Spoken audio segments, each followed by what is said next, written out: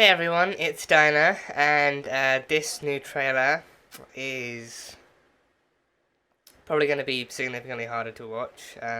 Not because, we're not looking forward to it, because we definitely are, but this is the trailer for Marvel Studios' Black Panther Wakanda Forever. So we officially have a new trailer, most likely a teaser trailer too, most likely a teaser trailer. I don't think I need to kind of, I don't think I can say much that hasn't already been said or expressed by people from the bottom of their hearts, and I already don't really think that there's anything more that needs to be said about this too. I think that there's like an unbelievable amount of emotion surrounding this trailer, surrounding this movie, surrounding this project, and this portion of the MCU kind of franchise as a whole. Because obviously Chadwick Boseman very sadly passed away and everything, so. I think his loss was a loss on multiple fronts. I think most importantly, person like him being like an actual person who was taken at a really young age to a really kind of horrible kind of disease and everything, and him kind of having fought pretty much his entire kind of adult life actually fighting that and still working so hard to actually kind of accomplish so many things and to deliver so many things, and him living life as kind of as fruitfully as he wished to and everything. So it's going to be hard. It's going to be even harder going into this. I think it's going to be harder going into this project, knowing that it went from being like an actual Black Panther sequel to now being so much more than that too. Like now, in the wake of his passing too, I think they actually did make it like the most kind of heartfelt and most devoted and most kind of appropriate and most kind of authentic kind of tribute that they could to T'Challa's character, and most importantly to Chadwick Boseman too. So it's going to be hard seeing what they actually have in store for this trailer in that sense too, because I think because as far as I've heard, there's really been no kind of word on exactly what kind of a sequel this is going to be. But I think the one thing I am aware of is that they actually went from being what they wanted it to be to begin with to then like taking more opportunity to actually explore Wakanda as it was introduced to us in the first movie too. So that's why it's called Wakanda Forever. It's going to explore more of Wakanda, more of that culture, more of that history, and how they're going to move forward in the world, like probably after Endgame and everything too. So story wise, it's going to be really rich in that sense. But then character wise, almost everyone else is coming back too, and it's going to be kind of like no, I think as far as I've heard, no, that I personally haven't heard any word on whether or not there's going to be any kind of like any explicit kind of reference to T'Challa's character, like if they're gonna kill him off in the story, if they're just gonna send him away, or if they're gonna do something else, or like how they're gonna treat T'Challa. I think the only thing so far that they've confirmed is that they will not be recasting. They have like Kevin Feige himself avidly swore, because of how kind of heartfelt and how dedicated and how good Chadwick's kind of performance and portrayal of T'Challa was. Like like he actively didn't want to recast T'Challa and then and kind of to take that kind of kind of thing away from Chadwick. So I think so far responses to that alone have been kind of mixed too. Like actually kind of keeping the character sacred to Chadwick, but and compared to actually kind of giving someone else the equal opportunity of representing him in as strong and as positive and as heartwarming of a light and everything too. So how they move forward with that, I think we don't know for sure just yet. But I think with the sequel alone, I think T'Challa definitely is not going to be involved in this in any explicit way, so it's going to be interesting seeing how that happens, and I think how the other characters actually kind of process that as well, like how they actually treat his character in the universe, and how the other characters actually kind of react to his absence in the story too. So how that kind of moves forward. So this is going to be a hard one to watch. I think this is going to be a hard one to watch in multiple different ways, but yeah, my heart is actively pounding right now because I really don't know like what they might include in this, or how kind of how emotional this trailer might be as well. But yeah, it's here, and regardless, I am still definitely looking forward to this movie and seeing how they actually do make it like an actual tribute to Chadwick and to his work as Charlotte as well, and his accomplishments and his kind of his portrayal of the character, and his contribution to the story as a whole and everything too. So it's gonna be it's gonna be a ride. It's gonna be a ride. It's gonna be a wild ride of emotions. So yeah, that's the trailer alone. That's the trailer alone. So yeah, without further ado, Black Panther: Wakanda Forever, the official trailer. Let's let's go.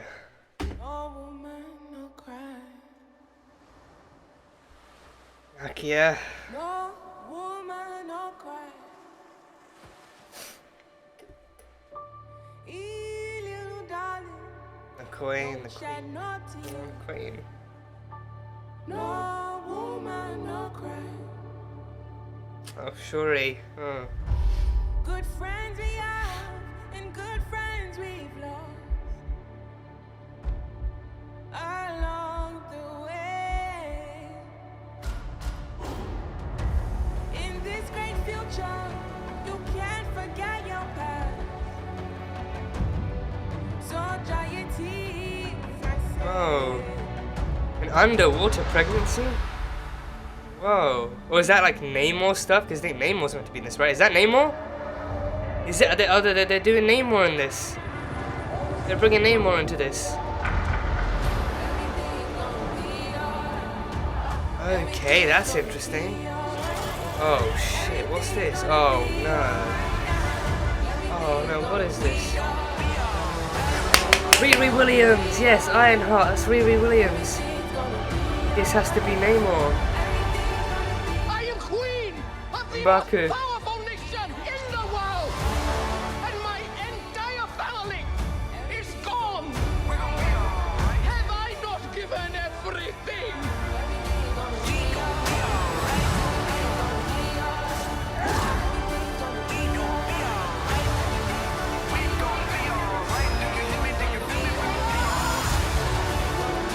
Oh my god. Oh my god.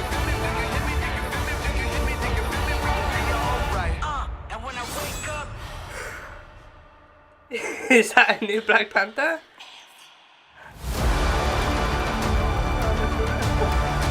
Is there already a new Black Panther? That was the suit for sure, November. Oh, we are not prepared. We are not ready. Let's pause that. We are not ready. Oh god. Okay. That was so much. There was a lot to get through. There was a lot to get through. There was a lot to take in that trade. There was a lot. They showed a lot. Oh god, the Chadwick, the T'Challa mural. The T'Challa mural. They had a mural for T'Challa. Like, I think the beauty of that is either way you look at it, T'Challa, Chadwick, it's the same thing. It's the same value, the same meaning. Either way you look at it, you can look at it as a T'Challa mural, you can look at it as a Chadwick mural. But then even that alone, I feel like that alone is like a really kind of good sign. I think also like it actively showed like some of the characters really kind of looking really devastated. Like it showed Shuri kind of in tears almost constantly, and it showed like it looked as if the royal family was actually reeling from devastation and everything. So and I think that mural being there too, I feel like that's a sign the story is hinting towards T'Challa's kind of death and or disappearance too. So yeah, just oh gosh, oh god. So I think that then means, because then I felt like if they kill him off, then that then cements the fact that they really won't be recasting. Because then if they just keep him off the grid or keep him in disappearance, then that kind of, I feel like that then kind of does kind of leave people. That then leaves people in kind of further kind of maybe misbelief that he's still out there somewhere, or that he's just like in the background like doing something. But with this, it actively cements that maybe even in the story he had some kind of like he died in battle. He, you know, because the Endgame shows that he survives the Battle of Earth and everything, but then maybe maybe something after that kind of shows that there's another battle that he doesn't quite survive, and he unfortunately kind of loses his life in that too. So then maybe then the actual T'Challa mural is what's necessary there, but then the actual family loses him too. I think seeing Shuri crying too, and I mean, you know, I think you know, there's been, I mean, I'm not going to go into it, but there's been enough kind of controversy surrounding this movie, and like Letitia Wright and what she's been up to behind the scenes too. So I'm not going to go into detail on that too. I'm not going to bother going into detail on that. But then but then of course she still did show up to this movie, and she still is going to be Shuri in this movie. So there's that, and then seeing how she reacts to seeing how Shuri kind of reacts to her big brother's death too. That's going to be. I'm not ready for this. I'm not ready for this. This is November. I'm pretty sure that means November of this year. I'm not ready for this. I'm not. I just. I rewatched the I didn't rewatch the whole movie, but I did rewatch the the ancestral plane scene and the ending scene from Black Panther, the final the Oakland scene at the end, and everything like a couple of weeks ago, and honestly I couldn't deal with that. I fucking bawled. I literally, like, I think the ancestral plane scene kind of got me kind of, teary eyed and everything, but then the Oakland scene at the end with him meeting the kids and showing what that was, that I fully had to pause, and I broke down. I fucking broke. I just coming my face, and I was just fully just kind of like an emotional record. Like in like that was in like a positive way, and like in like a beautiful, joyous kind of representative kind of way. But this one, just seeing that, like actually just seeing like how they tied that up and everything, it was just so much hard to get through. And I just absolutely broke down, and I really don't know how I'm gonna handle this movie. I really do not know how I'm gonna handle this movie or anything. So there's gonna be a lot to get through with this, and it's not gonna be easy, but it's gonna be worth it. It's gonna be worth it, and I think I fully have the utmost kind of confidence in the cast and in Ryan Coogler. Ryan Coogler himself, having personally worked with Chadwick Boseman so effortlessly and so kind of fluidly and so kind of passionately and everything, and him actively working to make this the tribute to Chadwick Boseman that it is too, like him actively reworking the script at like a moment's gonna, and him like imagining the kind of grief that he has to go through. Like he has to deal with the grief of having lost like a coworker and like a dear and personal friend, but then also having to rework the script at like almost like at a moment's notice, but then him kind of still using that pain and using that kind of grief to actually power through and to actually kind of use that to actually make this movie even more kind of representative and even more kind of powerful portrayal of pain that it is, and that it's going to be too. Like I feel like this movie is going to stand to mean so much more to people because of that too. But oh god,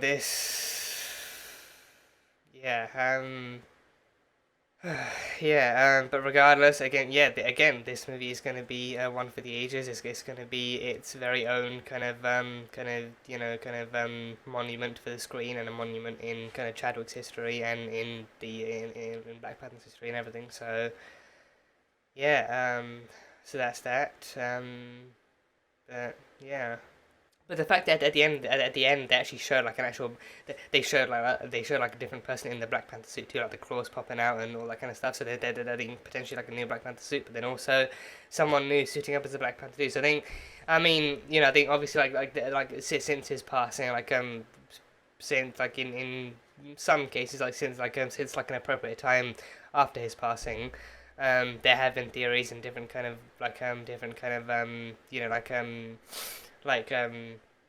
theories and different discussions on exactly who could be the next Black Panther after him too. So I think the common choices I've seen are M'Baku, who we saw in this too. And I think M'Baku would also make like a very worthy candidate, I believe, for the Black Panther. I think in the first movie he did literally also fight T'Challa in the actual in the Warriors trials to actually be the new Black Panther, but then he yielded and everything.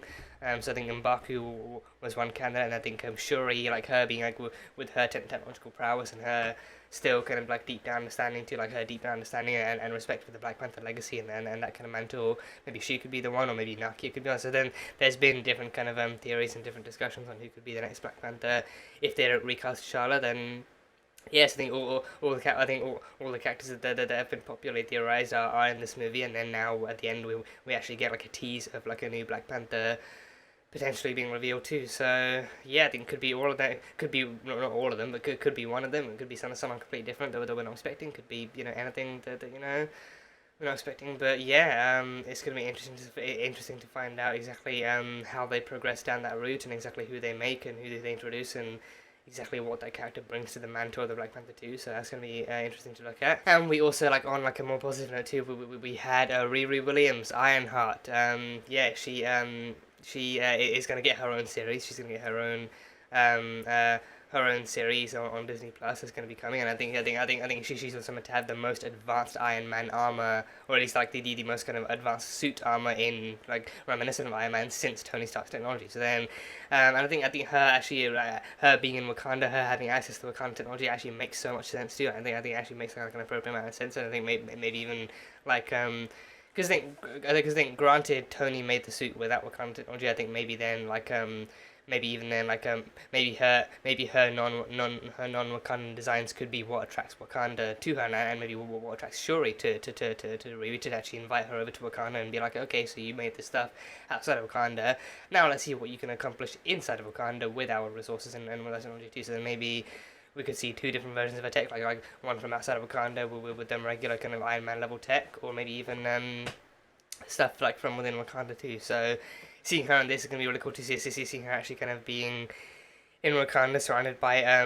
like-minded folks and surrounded by people who can actually kind of respect and authorize and actually kind of acknowledge the her technology for as powerful as it is, and respect her for as kind of intelligent and as capable as she is too. So seeing her getting her kind of kickstart on in Wakanda before she moves on to being to actually being Ironheart in her own series and everything too is going to be like a really fun thing to see. So seeing her actually introduced in this is a really cool thing too. So can't wait to see how Dominique Thorne, the actress playing her as well, how she's going to play how she's going to portray Riri, and actually see how her story comes to the limelight and everything. So I think from what I hear, she had like a fairly shortish kind of comic run and everything. So I think I don't know exactly how much of like the source material there is to actually kind of draw inspiration from to adapt, and maybe if in some cases they might even actually kind of go like in like a more original way too. So with the MCU, you never know. So it'll be interesting to see how she's involved in this regardless, and how she goes on to then kickstart her own series and everything. So it's gonna be fun to see. So Riri Williams, she is here. And yeah, Namor as well. Namor, they had a bunch of underwater stuff and underwater people in this. I think the first will be like an underwater pregnancy. That one took me by surprise. Underwater pregnancy, like the umbilical cord and the baby coming out and everything. So that was a surprising thing. That happening as a whole was like really shook my mind for a bit. Like, wait, how? And then I think as it progressed, it showed more people actually living and being present and existent under the water in no way that was fatal to them. So I was like, wait, Namor, because I know he's a character in the MCU, and he's also, I think they had like a teaser a while back in Endgame too of like underwater tremors that Wakanda detected and stuff, and like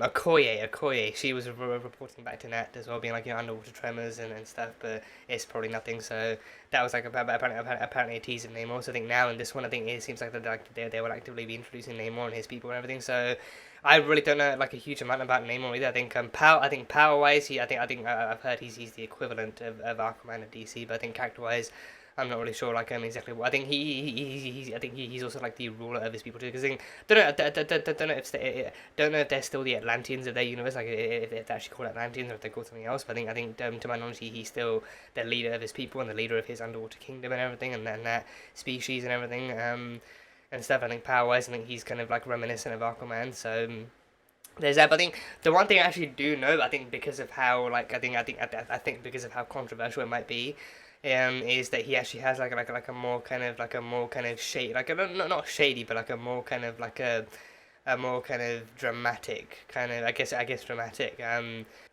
more kind of dramatic connection to the Fantastic Four, because apparently he, don't know if it's mutual, don't know if it's shared, don't know if it's if they actually had a thing together in the comics or anything, but apparently he has like a very explicit and very kind of like an attraction to Susan Storm, aka Invisible Girl, or Invisible Woman. I think isn't it Invisible Woman? I think it was the Invisible Girl. I think it's Invisible Woman, right?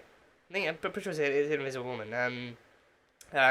He has an attraction and he I think, don't know if he ever actually had relations with her, but I think he has an attraction that he's really just not afraid to share or afraid to kind of show or anything, like probably even in front of Reader and things. So I think him and I think they never actively shared a thing either. Like she's active she actively kind of is like, I'm married, I'm with the Reeds, so this can't really gonna happen and things. So I think she's trying to hide any kind of attraction, but then she's like, this can't happen. I'm a married woman, I'm with the Reed and all that kind of stuff. So if they're doing Namor, then I think for one thing, it would be cool to actually introduce him into this universe too, like have surface dwellers be like the Wakandans and everything, and then everyone else on Earth, but then have Namor and his people be underwater and doing their things. So I think to actually introduce him into this. I think there seem to be quite a few combat scenes too. So seemed like Okoye and other people, and like even M'Baku coming in, actually rising out of the water to actually kind of like fight people and everything, and then seemed to be some kind of government ship out there that was attacking Wakandans and taking control of them and taking control of their stuff and ordering them around and like threatening them with death and just stuff. So I think it feels like there's gonna be like a lot of shit going down in this episode. Even on like a more dramatic, kind of more kind of combative and kind of more kind of like a more kind of controversial kind of scale too. So again, this movie's going to be a wild ride. This movie will be a wild ride. So it's going to be interesting to see how all this stuff unfolds and how they progress with everything too. So Namor is in this, so that is interesting. So I'm probably gonna need to do like either. I think don't know exactly like. I think he actually does have like a fairly significant comic run too, and again like some crossovers with the Fantasy Four and other stuff too. So I think I feel like he also is like more kind of like distrustful of the Surface Bros too. And I think Susan Storm might be the one character he actually has like a positive connection, like a positive relationship with and everything. So there's that. But I think for the most part, he and his people are kind of mutually distrustful of like surface dwellers and all that kind of stuff. So, as I think he was in Ultimate Alliance 1. I vividly remember he was in Ultimate Alliance 1. He was in Ultimate Alliance 1. So there was that too. So then, yeah, and if you had Susan Storm on your team and you interacted with him as her, then she had that kind of very specific dialogue between them two before it cut back to the generic ones too. So yeah, that game was so good. Ultimate Alliance 1 is so fucking good. So. Yeah, so there was that. So Namor is in this, so it's gonna be cool to see to actually to introduce that sect of kind of Earth life into the universe and everything too. So that'll be fun. So yeah, just gave the trailer a second watch, and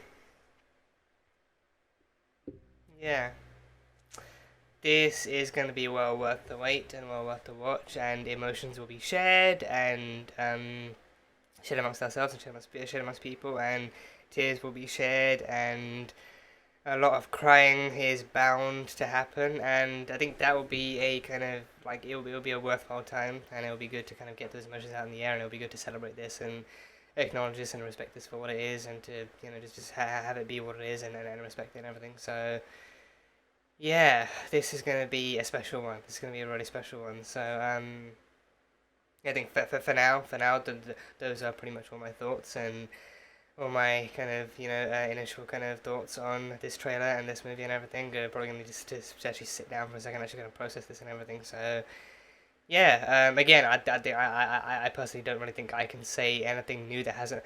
I can say anything that hasn't already been said, but then I think anything else, I think I can't really kind of put to words as effectively as anyone else might be able to and everything. So yeah. So for now, yeah. Needless to say, I am just